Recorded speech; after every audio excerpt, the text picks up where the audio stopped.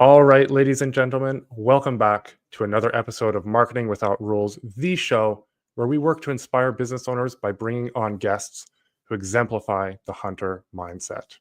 They make moves, they color outside the lines, and they have found creative ways to channel the attention of their community into currency. This show is sponsored by Blue Crocus Solutions, a web design and SEO agency focused on helping home service companies. I am your host, Louis Vandervalk, and today I have the pleasure of chatting with Joseph Hughes. Joseph and his team at Contractor Dynamics help roofing companies become the number one choice in their market by building brands that outlast the algorithms. Joseph, I'm pumped to have you. Welcome to the show. Thank you for the intro. I'm excited to be here, and yeah, it's gonna be fun. Thank you, Louis. It's going to be awesome. So Joseph actually jumped on previously on the podcast when it was called the Blue Crocus Experience.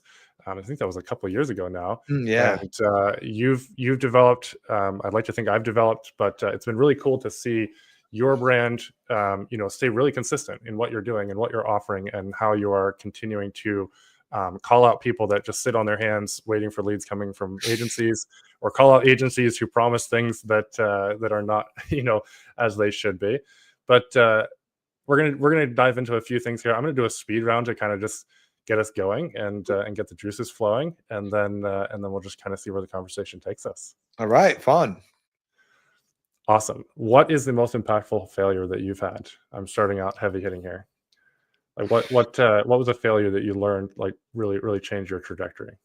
So I talk about this a lot. So I've been in business over 12 years, and the first 3 years, 2013 through 15, sounds like a million years ago. I have this, I grew up in the construction industry, family business. I am no stranger to working hard, and I had this mistaken belief that I had to figure out everything on my own, and every single thing had to be hard or it wasn't valuable. Like kind of like that Puritan work ethic. Mhm. And I struggled for the first 3 years as an entrepreneur. Didn't gain much traction, didn't make much money. And it wasn't until I hired my first business coach in 2015 that I was like, oh, like his name's Tim. And he's like, yeah, like other people have figured these things out. Like other people know like what's going on in this business. Like for some crazy, like weird reason, I thought my business was unique, but no, not at all. And so that's when I was like, oh, I could just tap into the experience and expertise of others, and not have any problems, but have the blueprint, right? So that's been something that has stuck with me, to this day, where I'm constantly, put the ego aside, like learn from others. So yeah, that's what I recommend to everyone. Like, don't try to figure it out on your own, unless you're Elon Musk trying to like colonize another planet, right? Chances are like someone else has already done what you are trying to do. So like, why not learn from them? In this day and age where we can connect with anyone, whether it's free or whether we pay for someone's time and attention and advice, it's a pretty amazing time to be alive. It really is. Yeah, I think my favorite part about doing this podcast is I get like a free chance to jump in with people like yourself, and tap into your brain. Obviously, there's some benefit for you to do it too, but there's so much advice that's out there. Yeah, that's awesome. I've heard other people talk about it, like you're pulling the timeline forward because you're making Yes. you don't have to make the mistakes that everybody else is making. We still make mistakes because we're humans, but it allows us to be like, oh, okay, that makes sense because someone's kind of figured it out before us. Elon's on his own though. I don't think his business coach is helping him much with the Mars thing. Yeah. But Yeah. love it, love it. You are really big on consistency and discipline. Obviously, we could hear that. In the first 3 years, you just grounded out. You just made it happen. But now you've working smarter, not harder. But you still are really big on the discipline, and stuff like that. And you do a lot of hard things. We were just talking about your ultra that you're running later this year, which is awesome. But what does your daily routine look like to stay consistent, to stay fit, to stay present, to stay sharp? Oh man, I love these. I love nerding out about this stuff.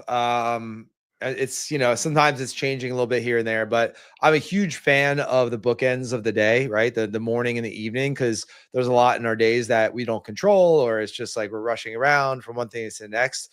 But setting ourselves up for success in the morning and then winding down at night by, carrying that momentum into the next day.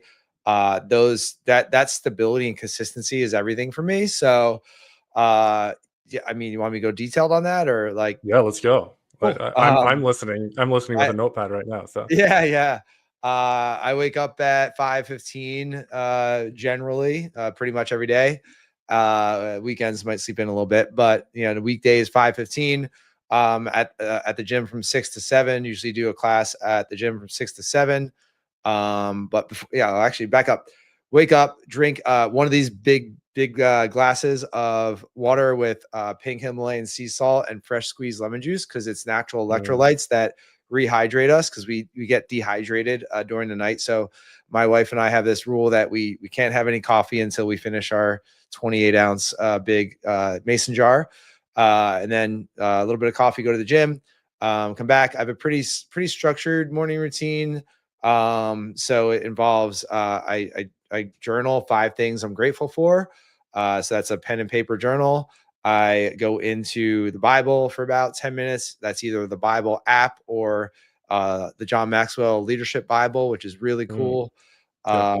And then I read 10 pages. It's an old habit from 75 Hard, just reading 10 pages every morning of a personal development or business book. Do my morning social media posts. I read through, I use Notion app on my phone. So I have this thing called Dynamic Legacy that I got from Ben Newman, Mike Claudio, Clifton Muckenfoos, some guys, where I'm reading through my I am statements, affirmations, reading through my goals, reading through my core values, reading my 10-year vision that I have. So like reading, those things, and just like, planting that unconscious seed every day. And then I've been trying to get better at grounding. So like going out, because we're on technology so much. We're inside. There's lights all over the place. I'm trying to get better at grounding in the morning. So that would be going outside, standing in the grass, looking at the sun, standing barefoot in the grass, connecting to the earth, looking at the sun, and just kind of meditating for a few minutes, or doing some breath work. I found that really helps a lot. So yeah, those are the things I do. And then, kids are getting ready for school and all that. So that's how I set myself up for the day. And if I don't do those things, then I'm, just kind of, out of sorts and cranky and just irritable and things like that. So helps me to be more efficient, more effective, and show up the way I want to show up throughout the day. Well, you fed your body, your mind, your soul, and kind of organize things in a predictable manner. What about the book end of the day? The bookend of the day. So my friends make fun of me, but I have like chamomile tea every night. I'm a real big party animal these days. Some chamomile tea every night. I am trying to, we all know that we need to put down the phone like, at least an hour before bed.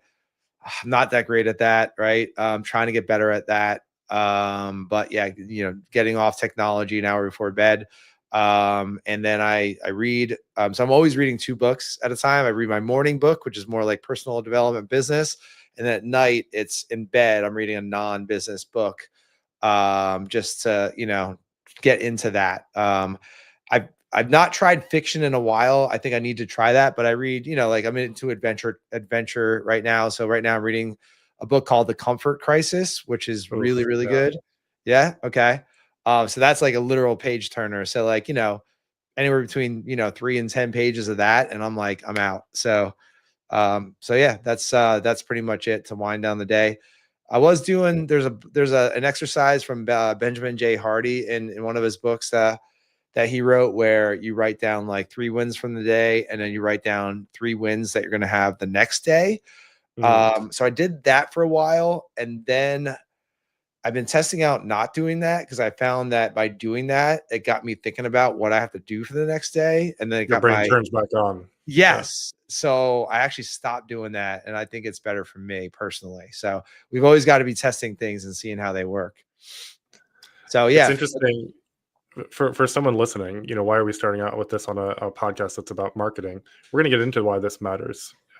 Joseph, if you follow him on social media, which you should, if you don't, he's super consistent, and he has a really good message.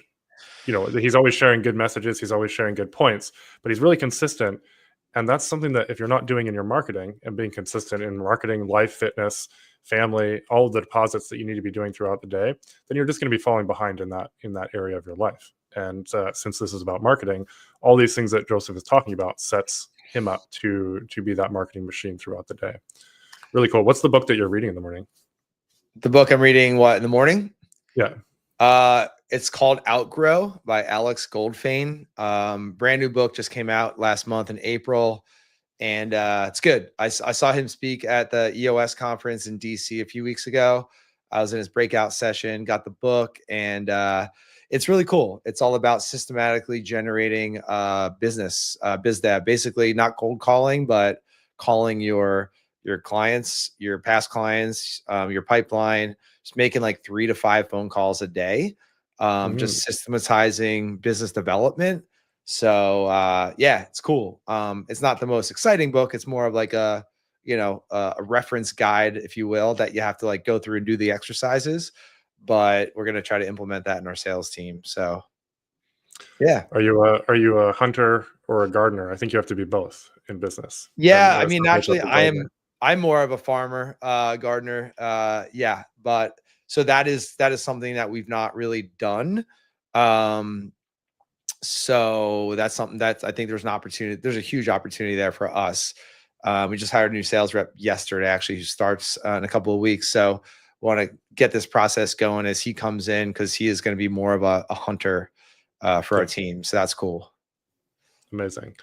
What is a belief besides chamomile tea that goes against the grain in the contractor marketing world? What's a belief of Yeah, mine? a belief that you hold. Yeah, sorry. Man, that's a great question. What's a belief that I like, a contrarian type of belief? Yeah. Um, oh man, what's a good man, that's a good one. I want to say extreme ownership, one of our core values that I stole from Jocko Willink's book. There's just we have more control than we think, right? Whether it's farming or hunting for for clients or whatever it is. There's people that will blame the economy or blame the president or the election or the tariffs or whatever it is. And we don't ignore those things because those are real world factors, but we have more control. It's like, how can I take so much control, and how can I be so consistent that whatever's happening in the world around me, it just doesn't affect me at all, and I like to take control over that. So I think our team is like that. I think our clients are like that. But I did talk to a roofing company owner the other day. He was a little bit, I could tell he's a little bit hesitant about investing in really, not only marketing, but hiring office admin staff. And he's talking about the tariffs. And I'm like, yeah, but there's roofing companies that are just actually absolutely crushing it right now. They don't even know what a tariff is, right? So sometimes we get these things in our head. So Yeah. yeah, taking extreme ownership. It might not be my fault that there's things going on around me, but it is my responsibility to do everything that I possibly can. That is so true. I think that we could just stop the podcast right there, and people could if people really let that sink in, I would highly recommend people read that book. Yeah. I don't always follow the principles, but when life's kind of spiraling out of control, you have to step back and be like, man, every situation that I'm in is a result of some sort of action or decision that I've made. Mm, What can I go back and not do again, and what can I do now that I can actually control? We control something in every situation, whether it's yep. our reaction or actions that we can take. Yes. I heard this quote. I think it was at the EOS conference a couple of weeks ago.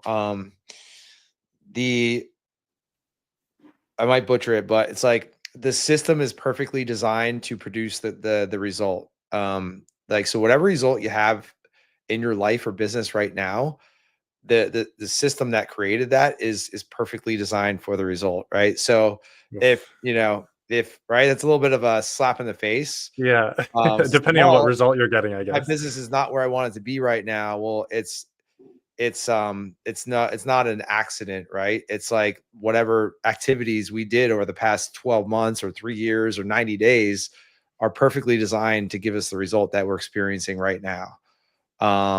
I think whoever said it articulated it a little bit better than I did, but That was like, whoa, that really hit hard, you know? That's huge. Yeah. Let's pivot into marketing versus lead gen. You to give people a little background, I'll give you my impression of what you do. You can clarify, and then we'll Sure. go into marketing versus lead gen and what the difference is there. But you basically coach people on how to bring their marketing in house and how to control everything around marketing and how it feeds sales and whatnot. Do I have that pretty close to accurate? Yes. Yes. Most of our clients, we're training them on building and running their marketing machine in-house. But most of them work with an agency, right? But they're we call it the general contractor of their own marketing, right? So they're creating the plan and structure and everything, and then hiring out some more technical aspects like website and SEO. But they know how to collaborate with a Blue Crocus, or whatever company it is. So yes, that hybrid role, but we're teaching companies to take extreme ownership of their marketing effectively. Love it. Can you dive into why marketing is not lead gen and kind of expand on that a bit? Yeah, I mean they're both, they're both good. I think a lot of companies in the You contracting. can hurt feelings here, Joseph. All I right, actually would like I am like a that little is bit more aggression here. I need to be more contrarian. Yeah, it's Yeah. actually something I'm working on because I am one of those guys. It's like when I put out content, I like, I want everyone to like me. I want to be that guy. But I've been unpacking that lately because I think there's some ego there too. But anyway, the yeah, I mean, the most contracting companies, that's our industry, and you guys focus on as well, are, they're like, all right, well, marketing, sure, it's important, I know I need to do it, kind of like check the box, but like, you don't understand, man, I'm so busy, I'm running around putting out fires and wearing all these hats, like, I don't have time for this stuff, I just want to hire someone else to make my phone ring, right? And that worked 10 years ago. That was pretty easy. Like, we used to run Facebook ads for roofing companies in Dallas or Denver, and it was pretty straightforward.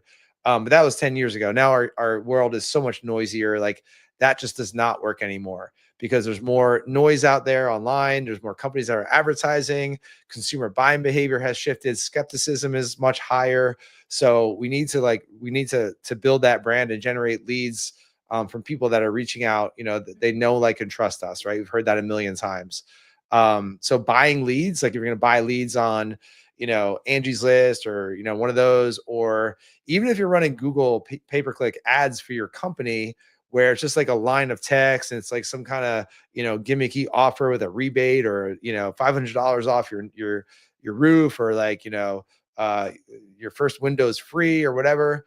You're going to generate leads from people, but like, are they from people that know who you are and know that you're, probably not the cheapest guy on the block, and that you're, they're not going to beat you up on price. You're going to provide a better value and things like that. So marketing is a way to build our company up, so that people know exactly, what we do, and they know the value we provide, and we're going to attract the right customers, not just any customer.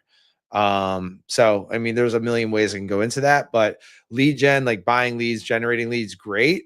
But if you're doing that without building your brand and generating people that are like attracted to your company, then that's going to be, it's like a hamster wheel. You're always going to be on that hamster wheel, and it's going to be really frustrating and costly. It's going to eat into your profit, and it's just it's not good. It's not good at all. And the beautiful thing is, if you do marketing and do it well, and you end up hiring someone to help you get leads or do lead generation yourself, the cost of your leads goes way down, and the Yes. conversion goes way up. Yes. Yeah. I mean, we have clients that do a lot of door knocking, right? And so Texas and what have you, they're doing a ton of brand awareness, video content, and they're, what we call 5 mile famous or 50 mile famous. Like, they're getting everyone to know who they are, so that when they get to the door, like, oh yeah, I recognize you guys, right? So yeah, doing lead gen without that brand awareness is really tough. Yeah, but yes, it lowers your cost per lead, lowers your cost per marketing. We have clients that spend 1 to 2% of their revenue on marketing, because they've been building out their machine in house, which is pretty awesome. So they have a huge strategic advantage over the guy who's spending 10% on marketing. Yep. Huge profit advantage. And yeah, for those listening, 10% is a pretty common marketing number. 5% is considered usually pretty good, like 10% of top line revenue. Um, 2% is fantastic. Really, really aggressive companies might be doing 20%, but 2% is a fantastic number. You mentioned 5 Mile Famous. Yeah. I'd love to dive into that. And I think I want to get tactical on it. Obviously, you've done multiple webinars on it, but I want to bring the essence of that to the podcast here today, to the listeners. When we say 5 Mile Famous, what does that mean? And can we get through like almost a fire round of the things that a roofing company can do? Because I think that it can apply to almost any business, but roofing companies specifically can do to become 5 Mile Famous. Cool. Yeah. So I'm Dynamic Roofing, right? I'm here in Manasquan, New Jersey, and I know that 3% of homeowners in a 5 mile radius of me. Now, if you're in Iowa or South Dakota, it might be 50 miles or 25 miles, whatever. Your mileage may vary, quite literally, but let's just use 5 just because it sounds cool. It's alliterative. So I know that 3% of homeowners in my 5 mile radius are going to get the roofs replaced this year. Okay. That's pretty much average across any market, and any service really, are going to get a pool this year, are going to get a fence, are going to get landscaping, whatever. But I don't know who they are, right? I don't know who they are. I can go bang on doors all day until my knuckles bleed. That's not really efficient or effective. We can do telemarketing, which is, that's something that I guess does work. We don't do that. Or we can just get out there in front of our market consistently and get everyone in a 5 mile radius to know who we are and what we do and associate with us in a positive way. Because there's 3% of people that are going to need a roof. Obviously, we want to capture those people, but then we also want to capture 2 other buckets of people. We want to capture the people that might not need a roof this year, but they're in a position to recommend us, refer us, tag us in a local Facebook group, mention us like, oh yeah, see those guys ever. You got to call Dynamic Roofing, right? So that's bucket number 1. Bucket number 2 are the people that might need a roof in next year, 2 years, 3 years down the road. And we're building that relationship and we're building that top of mind awareness so that when they need our services, we're going to be that top of mind company, or at least we're going to be in the mix to, be one of those 3 contractors you're getting an estimate from. So that's the essence of 5 Mile Famous. We don't know who's going to need our services this year. So we want to get everyone in our market, our radius, to know who we are. Does that make sense? Makes a ton of sense. Makes a ton of sense. And I love that you talk about, 3% of the people are going to need it. Not everyone is your customer now, or not everyone has the potential to be your customer now. So when you're running Facebook ads, when you're running Google ads, when you're doing SEO, when you're sponsoring local community events, you might not get leads right now. What would you say to someone who's like, oh, it doesn't feel like any of that is worth it because I'm not getting leads off of going to the home show, or I'm not getting leads off of sponsoring a touch a truck? What would you say to someone, in light of the fact that, you're planting seeds? Yeah, I mean that's one of the biggest frustrations of I think of every entrepreneur, right? Is we're grinding, we're putting in activity, and we're not seeing the results of that activity. We're actually doing a lot of that right now as a company. It's a little bit frustrating, right? So you kind of got to trust that process. A couple things there. You've got to have a long-term vision of your company for your company, right? The clients that we work with, and we've been doing this a long time, the ones that succeed are the ones that are like, yes, we want to focus on the now, but like, hey, I've got this 3-year plan. We need to chip away at that. Mm. And so that's huge, knowing that you're in it for the long game. That being said, we don't want to, we can't do marketing and invest time, energy, and money into marketing without seeing at least some traction with that. So if you're doing marketing yourself, or you're hiring it out, of course you want to see those wins, and that might not come in terms of a bunch of leads calling you today, but that might be improved Google rankings, or more traffic to your website, or more people watching your videos, or more leads that might not be turning into jobs right away. So you need to be able to track everything so that you can see that progress. I think where a lot of contractors, a lot of business owners or businesses have a lot of frustration about marketing is, hey, I paid this company whatever, 30 grand. I paid them 3 grand a month for a year, or whatever it is, or 10 grand a month, and I didn't see anything. They might be getting reports from that marketing agency that are just a bunch of numbers that the business owner doesn't understand, which we hear like every day. Or they might not be getting any reports, and the marketing agency is just kind of like treating, like they're kind of telling like portraying marketing as like this secretive black box, right? Where you just have to like trust that there's all these little gears that are going on in the back black box, and someday they're going to produce a lead, right? But it's way more simplistic than that, you know. So I'm not saying marketing's easy, but it's not mysterious. So, you know, whether you're doing marketing yourself or you're hiring it out, make sure that you are, you know, getting the data, you're looking at reports, you're talking with your marketing company about what does this data mean? How are we making adjustments every week, at least every month? And then improving, you know, improving every week. We do optimizations for ourselves and for our clients every week, right? So we're always Yep. working on, we're always tweaking things, we're always improving things. So that helps you to not go insane, because you know that you're making progress, right? But Yep. that's when the hunting comes into play. That's when like picking up the phone, or, you know, asking for referrals, or, you know, knocking the doors around the current builds that you're doing, the current projects that you're doing, because sometimes marketing does take a long time, and you need to have that, you know, the quick hitting stuff as well. So Yeah. it's never just one thing. It's never just one thing, and the people that are just relying on, you know, ads, or just relying on Facebook or Google or their website or door knocking, you're missing out on the multifaceted thing that is your business when it can be firing on all cylinders. I heard a way of portraying, I think, what you just said, that kind of changed the game for me. So Damon Burton, shout out. He explained SEO to me in a way that had so much clarity, about 4 months ago. He talks about progress versus monetization. So in SEO, you're going to get progress right off the bat. You know, you should be anyway. You might start on the 10th page. You might bump up to the ninth and the eighth and the seventh. Once you get to the second and first page, that's where monetization starts flipping over. So you've seen progress all along the way. And I think this comes, you know, it could be taken to the gym, you know, an analogy for the gym. You're seeing progress, you're lifting more weights, and then you start seeing it in your body changing, you know, changing its composition and whatnot. But there's progress all along, and then there's monetization that starts coming once it builds momentum. And I think that's a big thing with marketing. Yeah, What I love that. what would you say? I'm Dynamic Roofing. I'm coming to you for training Yep. on how to become 5 Mile famous. What are some tactical things that I can start doing to do that? First thing is you give me your credit card and then we get started. Now, I tactical love things. it. I mean, there's a lot, right? There's a lot. I mean, it's still in 2025. Faces on video, right? That's huge. I know it's, you know, something that people are scared of doing. That, you know, they're outside their comfort zone. They're worried about what other people think, or tactically they don't know how to shoot a video. They don't have anyone to edit it. But the companies, like, we work with over 100 roofing companies right now, all over the country, of all sizes, and the companies that are winning with marketing are prioritizing video content on social media. I'm not the Yeah, only one talking about that. Obviously, you know, the Gary V's of the world are yelling it way louder than I am.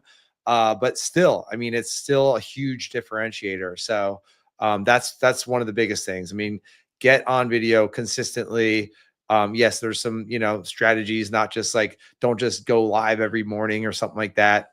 So you want to make sure that you're being, you know, you're getting the right attention. But that's huge. I mean, I can't state that enough. You know, I know you do some video. We do a lot of video content. I want to do more. I'm frustrated because we're not doing more. You know, yeah, that's how big it is. And it's like, I talked about this yesterday. I did a workshop here in Jersey, and it's like it's free.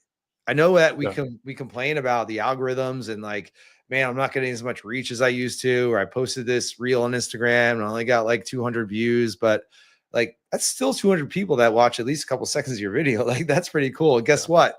It's free. Like you didn't have to pay. Like you don't have to, you know, buy TV ad space or radio space or billboard space, right? You know, yes, you should be, I believe, running social media ads so you can reach more people.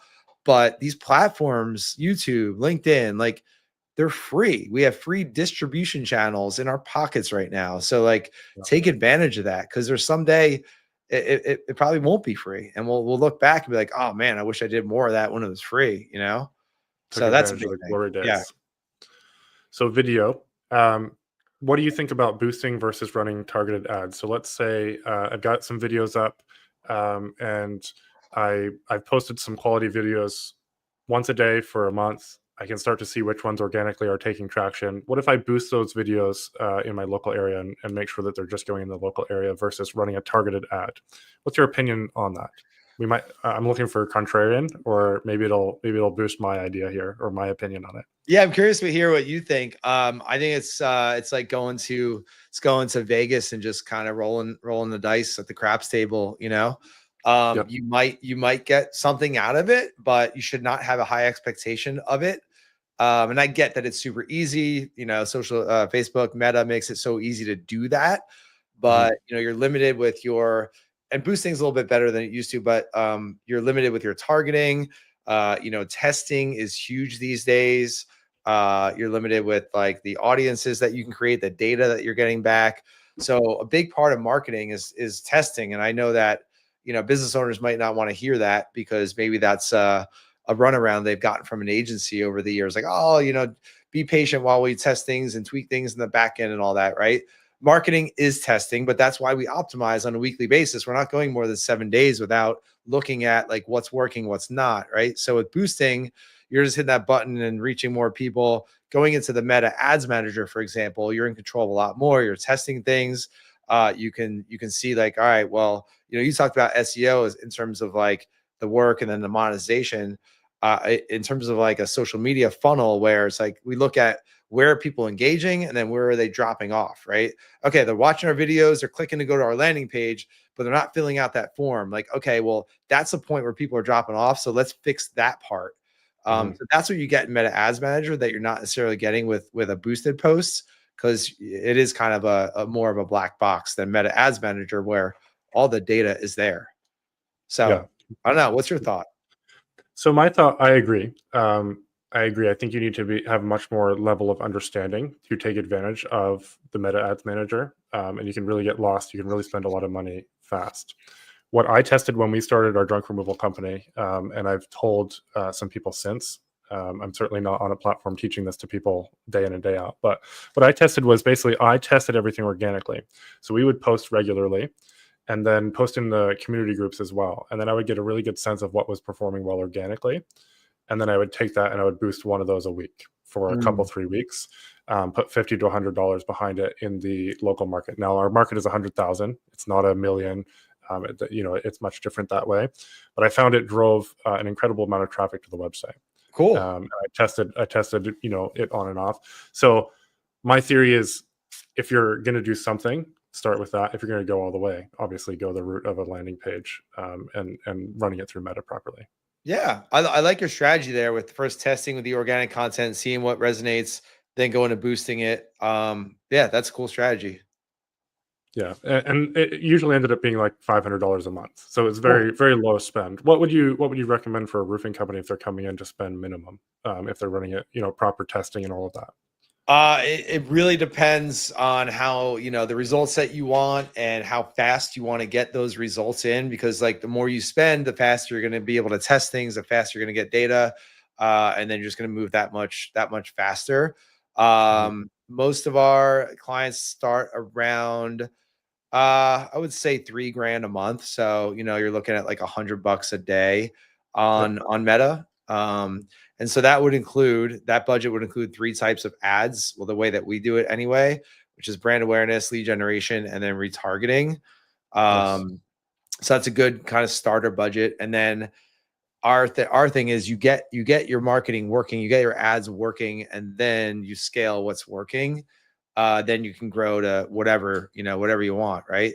What a lot of companies do, a lot of marketing agencies that don't know your industry maybe that well. Say you are a roofing contractor, and you work at a marketing agency that's like they don't work with a lot of roofing companies. Maybe they work with law firms, and they work with dentists, and they work with like financial firms or whatever. Um, and the marketing's not working, or the Facebook ads aren't working that they're running for you. Sometimes, not everyone, there's some great agencies out there, but sometimes they might be like, well, hey, Lewis, like we spent 3 grand last month, didn't really get much. I recommend, let's bump that up to 6 grand in this month, and let's see what we can get. That is a red flag, right? You should be able to get some good stuff working at 3 grand or even less than that. So there's always a balance, right? You need to put enough money in there to like get some results and test some things. And that's another part of it that kind of going down like a pathway there, testing, like, I hear a lot of companies will be like, yeah, I'm running this ad, this Facebook ad, and it's like one ad, one video. It's like, well, if it doesn't work, you don't know necessarily why it's not working, as opposed to if you're running 5 videos and you're testing 10 different headlines and graphics and things like that, then like some are going to work, some are not. So you've got to have enough budget in there to test a few different things. Otherwise, you're just never going to go deep enough to like figure it out, Yeah, makes sense. Google versus Facebook. As it stands right now, which one would you prefer if you could only choose one for ads? Social Facebook. I How mean, come? I'm not like how come? Yeah. Because you can build your brand and generate leads at the same time. And yes, there's an argument on the other side. You can do that with Google as well, but you told me to choose one, so that's what I'm going to choose. The video content, just building that brand, building that know, like, and trust, and also generating leads at the same time. It's extremely powerful. It's hard to do that on Google in a text ad, an LSA ad. Those are great, but you're not showcasing that video content. You're not getting people to connect with you in a way that you do on video. So that's why I picked that one. I think I would agree. It's a bit more of a hunting strategy because you are able to reach people that aren't necessarily searching for you at that point. They're scrolling at that point, and you can hit them multiple times. Google, yes, you may get more targeted leads, but if you connect with someone long enough, they're going to be, when they need a roof, they're going to call you on Facebook. And if you have a good sales strategy to follow up the leads that come in and a follow up from social media, I think that's a big one because people are like, oh, they don't want it or it's too expensive. Well, did you follow up 10 times or 20 times or how often do you follow up? You talked a lot about video. Let's get a little bit granular on that. So cool. I'm Dynamic Roofing. I am the owner, and I'm like, all right, I'm all in on video. I understand that it's important. I just have no idea where to start. Okay. What 2 or 3 video types should I be making? And can I just use my phone, or do I have to go out and buy a GoPro? Do I have to buy a fancy camera, sound equipment? Walk me through that real quick. So you're just starting out. Yeah. Don't worry about buying any fancy equipment. We all have a pretty good video camera in our pockets. Definitely get a good mic. We recommend the DJI wireless, which I'm sure that you're familiar with. So I've tried different ones and love the DJI. Super easy plug and play setup. Yeah. So it's, I'll just hold it up. I always have it handy in my bag. If you ever seen this little guy that you clip on just for the audience, you ever clip on here.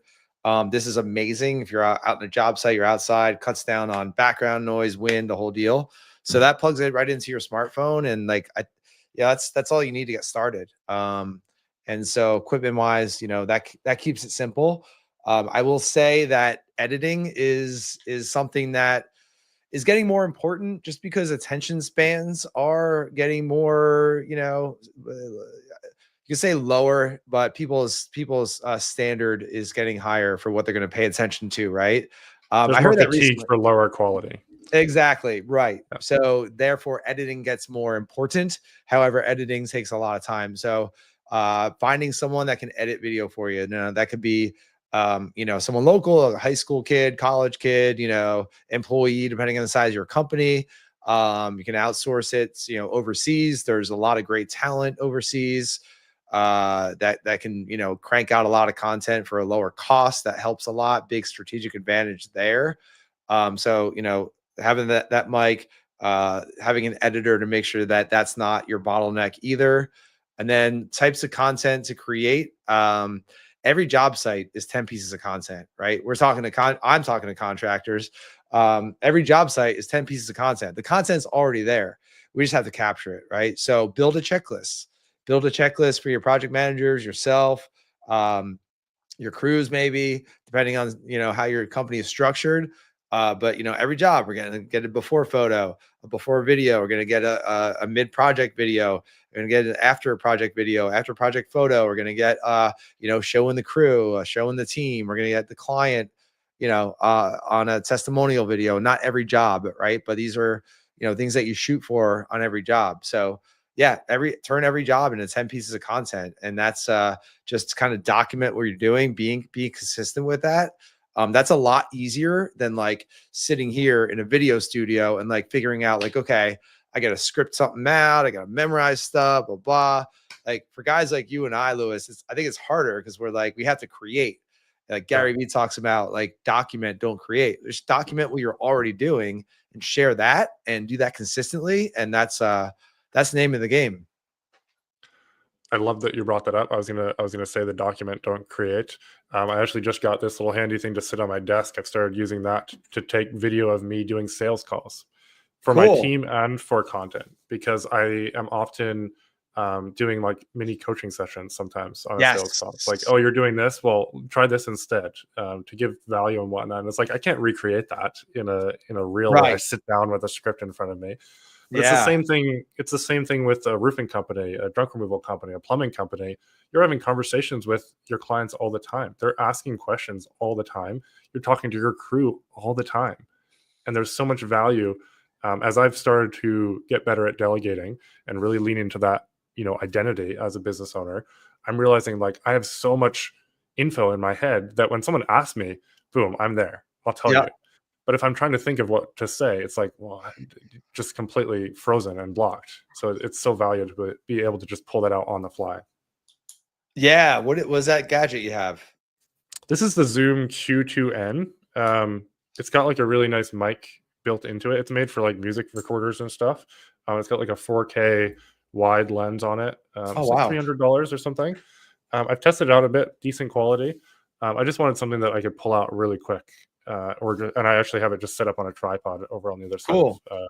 yeah of my desk. But okay, cool. So we've gotten tactical, we've gotten video, we've just pulled out our camera, the mics, super easy. Again, the DJI mics that Joseph was talking about, you can go on Amazon.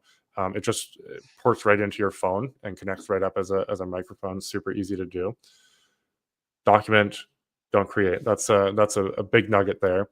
And then you're getting it edited. Would you recommend something, or have you seen people who don't have the budget to hire, a college student locally, or don't feel like they're quite ready to hire overseas and want to do their own editing? Have you seen someone use something like Descript and be able to do like the text-based video editing? Yes. Descript is great. Opus is one of the tools that we use. Opus.pro, I believe. Yep. They just turned 2 years old, and like they've been growing fast and a lot more capability where you can put your B-roll in there so you can actually edit different videos. Yeah, a lot of cool stuff, with AI, obviously being a factor in everything now. Yeah, there's a lot that you can do for sure. Yeah. Really, it's getting easier and easier to market, but as a consequence of that, you have to be strategic about what you do because there's so much content out there now from Yes, everybody. that's the thing. Yeah, because a couple years ago, you could throw a video into Opus, get those nice captions on it, and you were like standing out, right? I remember this 2021, I think, when our video guy John started, like we started doing reels with like, remember back then it was like the fluorescent captions, The like Hormozy style, I think is what they yeah, call it. Yeah. exactly. And so we started doing it, and I think we were like one of the first to do it in like the roofing industry, which is not hard to do because roofing industry is kind of behind the times. Um, love you guys, but we're behind the times. But I remember people reaching out to me like all the time, like, dude, like that's awesome. How are you doing that with your videos? And I'm like, I don't know. You got to ask John. Like, I don't do it. But that was only a couple of years ago, and now like anyone can do that, right? So Yeah.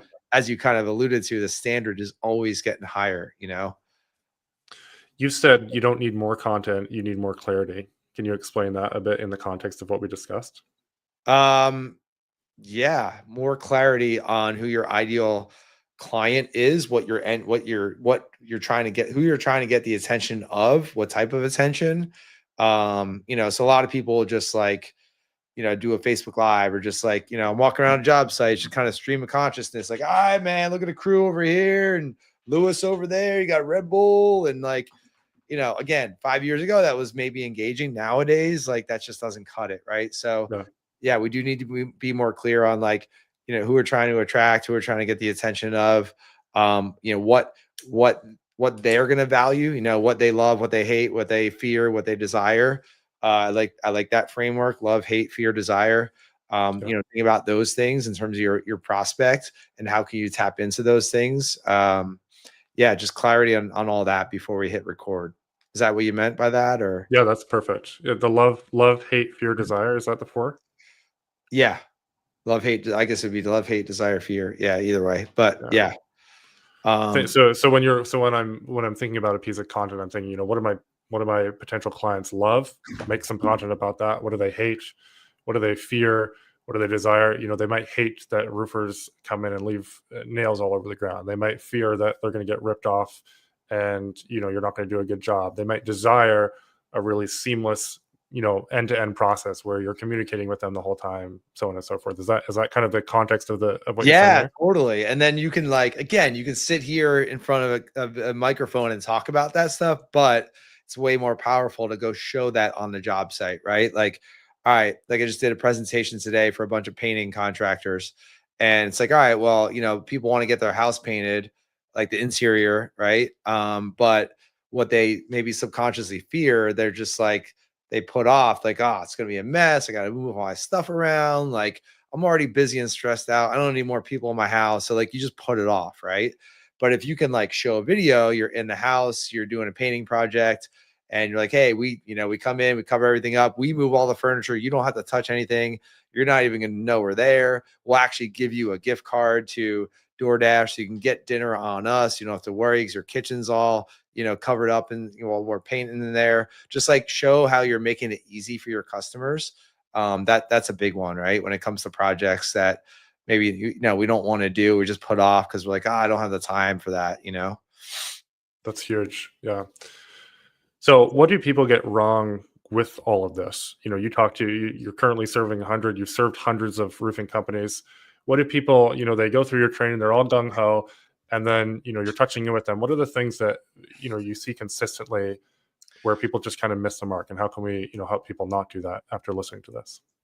Oh man. I mean, a big one is going to sound super basic, but it goes back to the beginning. It's just not being consistent with it, and not being on top of it on a regular basis. So, the companies that are winning with marketing, I got a meeting with one of our clients earlier today, and he is and this helps, right? This helps, and I've talked about this a lot of my content. He is the marketing director at a roofing company, right? So that is what he's doing. And Yeah. so he's like, man, this our Facebook ads, we're getting a lot of spam leads. For every 20, we're probably getting, a couple that are only, they're really good. How can we fix that? And so before I didn't know how to tell him to fix that until I asked him a bunch of questions. And he's there on his laptop and he's like pulling up, he's answering all the questions. Here's what we're spending. Here's what we're getting. Here's how many people we contacted, like all the data. And then I was able to say, all right, well, like now we can do this, this, and this to like help you fix that stuff. But without knowing your marketing and spending time on it consistently, you're not going to have access to like that data or that log of like what you've done up until this point. Mhm. And that's the thing that a lot of people miss. It's just like anything else, right? Like in your sales meetings, like you want to do some recapping of your sales meetings and like what went well, what could I have said better, could I have asked more questions. So we're always analyzing, like we should be analyzing our sales meetings and things like that, or our sales appointments rather. Same thing with marketing, just being in it. Like the companies that are when they fail with marketing, they're kind of treating it like an afterthought as Yeah. opposed to like an engine that's supposed to be like worked on every day. And we come right back around to what we were talking about at the Yeah. beginning with Yeah. the consistency and the Right. discipline of it. Yeah. What do you think someone can succeed in marketing without the discipline and the consistency? No, I don't. Yeah. Now, if you're an owner out there and you're like, well, I'm too busy, but yeah, hire that in-house marketing person to drive your marketing so that you don't have to do it. Sure. But like, can a company do that? I don't think so, honestly. I mean, I'm sure No, there's exceptions, but I don't think so either. I mean, at the beginning of my agency, my business, you can see revenue directly attached to when I was marketing. oh yeah, I would go through the marketing roller fulfillment coaster. cycle at the beginning, right? And Oh it was yeah, always like lagging by like 30 to 60 to 90 days. I'd have spurts of marketing, and then I'd get revenue coming in, and then it would yep, drop as I was fulfilling.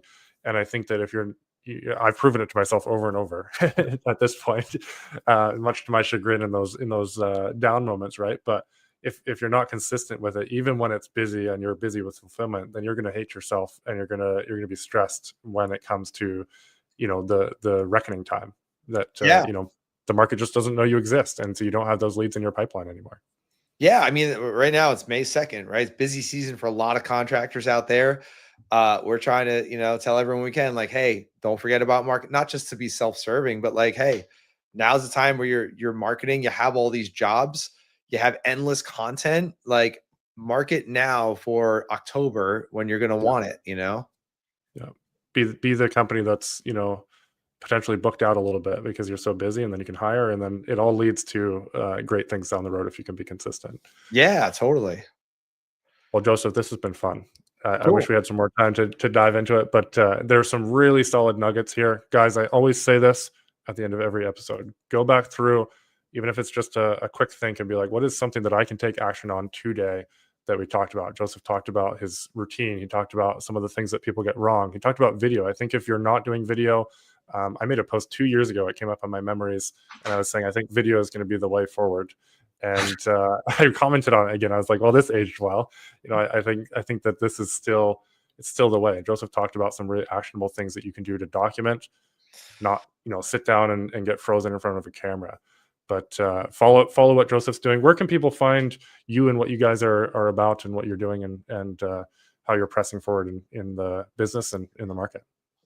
Pretty much just contractordynamics.com is our website, and just Contractor Dynamics, and on social, and just Google us and you'll find everything there. So we practice what we preach and put out a lot of content. So you'll find it. You do.